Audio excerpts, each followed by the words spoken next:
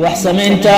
iyo wax soo saarista waa hadafka bini aadamka iska badaa qofka haduu faashil uu yahay madoonayo inuu maqlo inuu faashil yahay walaalkaygiyo iyo walaashaydii haalay oo ila dhageyso marxalad walba oo kamid ah marxaladaha guusha marxalada koowaad adiga bilow waa adiga midka wax bilaabayo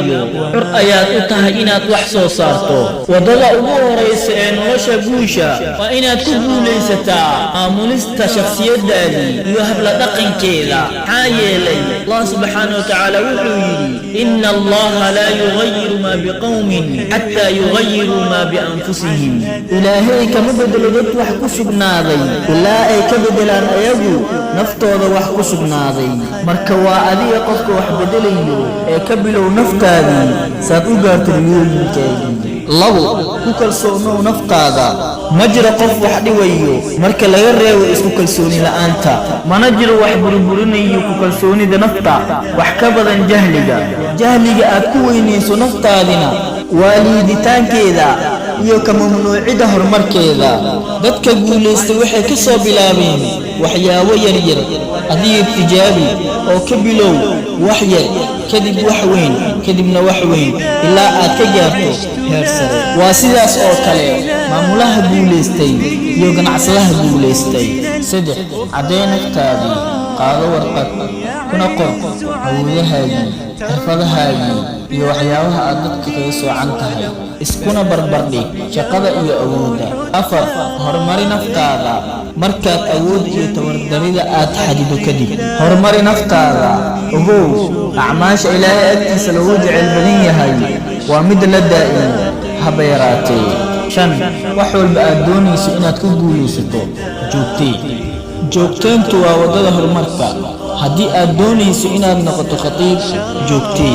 waa sidaasi guusha waxay noqon doontaa qofka horumarka sameeyay nasiibkiisa xooji doonistaadii sidaad u xoojin kartaa doonistaadii haddii aad doonaysid inaad xoojiso doonistaadii sameey arrimahan kow qanci naftaada ha noqon mid lawlaweeya baro ama baran xifdi ama xifdin khudbee ama khudbayni labo kobci maskaxdaada aqri wax badan oo badan see kuu noqoto sahayga iyo habeenkii iyo maalintiiba saddex la jeclow naftaada nidaamka gurigaaga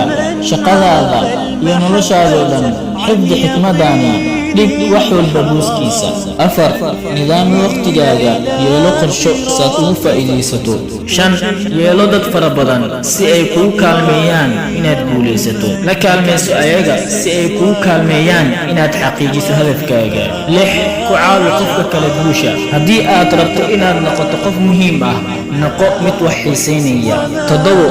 noqo mid wax filanayo maxaa yeelay ma guulaysanayo qofka quusta sideed ugu horeyn uguna dambeyn waa maxay xiriirka naga dhexeeyo adiga iyo rabbigaaga waxaan soo sheegnay oo ku saabsan xoojinta kalsoonida haddii ay tahay xiriirka naga dhexeeyo dadka mid jira xiriirka naga dhexeeyo rabbigaaga uu yahay mid fashil ah wax walba waa fashil haddii aad leedahay tilmaamahan oo dhan xiriirka rabbigaaga naga dhexeeyana uu yahay mid xoogan waxaan ku leeyahay bishaarayso ismahaagii waa khayr iyo alla ka cabsi walaalkaygiyo iyo walaashaydii xus rabbigaaga mar walba una kaalmayso arrimahaaga oo dhan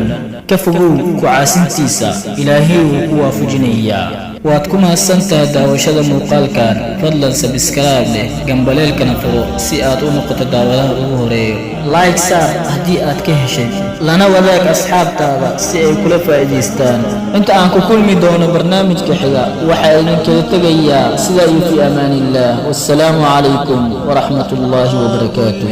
حبي يعرف بالمذاق